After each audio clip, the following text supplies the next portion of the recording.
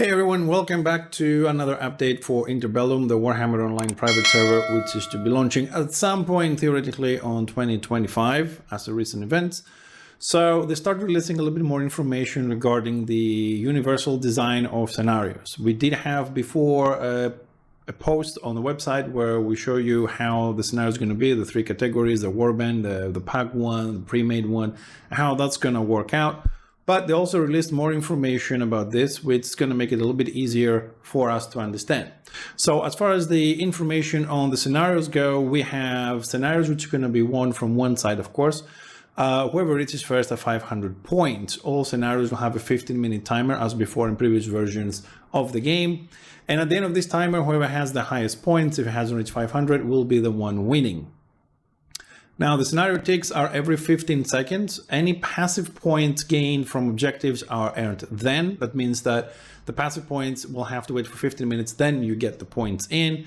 And the points earned from active objectives and kills are earned on completion. So once the kill is confirmed, you get the points.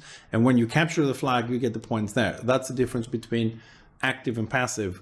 Active is something you do, capture a flag, kill somebody, and passive is you already own the flag, and every 15 seconds you get your points. All players will respawn for both teams on a 45-second interval, and this is something completely different. We haven't seen this before. No matter how many times you die, you don't get an increased timer if you die very often, or shorter timer, but it's a standard 45-second interval, which means kills become very important to give you a numeric advantage when you're playing a scenario. As such, there are 60 ticks and 20 respawns in the scenario, and that lasts the full 15 minutes. So if a scenario lasts 50 minutes, we're going to have 60 ticks and 20 respawns. So dying or running in there is not beneficial for you. You have to be careful. You have to have a team spirit in order to be successful in these scenarios. Furthermore, scenarios in general will not have spawn guards. This is also something new we haven't seen before somewhere else, unless there was a bug. Instead of the guards, they will have invulnerable NPCs which provide an aura, which is in 4 stages as above. Now, originally this was posted from stage 4 to stage 1. I've reverted it here because I thought that was the right order, but I'm still not sure how this exactly works. The bottom line on this is that you have 100% damage reduction, so you take 0 damage, and you have a 100% damage increase.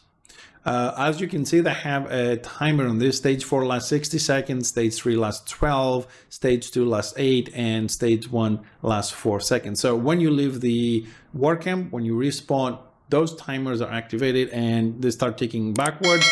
So the more you go in, you start without immunity, and then you start losing 25% as time goes by from different stages.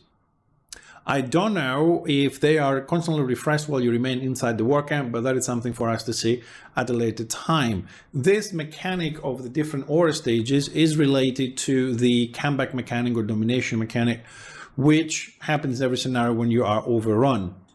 Now, the scenario selection, however, depending on the tier, especially in the tier of the tutorial, there is only one scenario available there, and that will be the Gates of Ekrant. However, like I said, you can also check on the website fixitv.live to see how these different tiers of scenarios work. In the tier plus, there are always going to be 3 6v6, 3 12 versus 12, and 3 24 versus 24 scenarios available, which are all 3 different queues. Now, at the moment, and generally speaking, players will not have the choice to select which one to go to. Right, you have 3 6v6, you don't choose I want to go on that one. You will go to one of the 3 randomly, depending on that, and that will be selected according to the scenario philosophy. The scenario philosophy is that it will pick scenarios like which one's going to be. They have linked it as the original. The scenarios have an impact on the campaign. So if you have Greenskin versus Dwarf campaign active, scenario is going to be selected from that region. Now, there is a full list. I will put this photograph at the end of the video for you guys to see how this with the current zones, which zones are active, RVR campaigns, and which scenarios are going to be active. So you can pause it and watch it there. Now, this is the example I was saying. I'll read it just to be clear about this. So if the next zone to open in RVR would be Black Crag, and the Blackfire Basin and Logan's Forge scenarios will move to the top of the 24 vs 24 list of scenarios to be available alongside the third choice of the list. that's how that's going to work. So what map we do, we also do the scenarios. And remember that the 24 vs 24 scenarios, which also you can queue as a pre-made warband, right? This is for the guilds.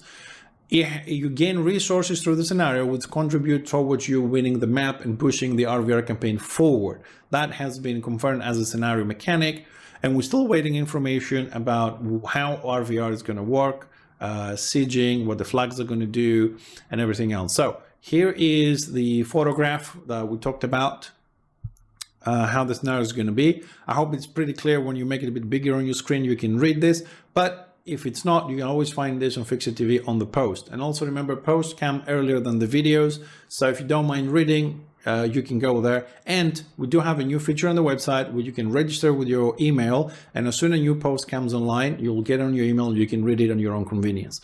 So that's for the universal scenario design at the moment. We'll come back with specific scenario types on the next video.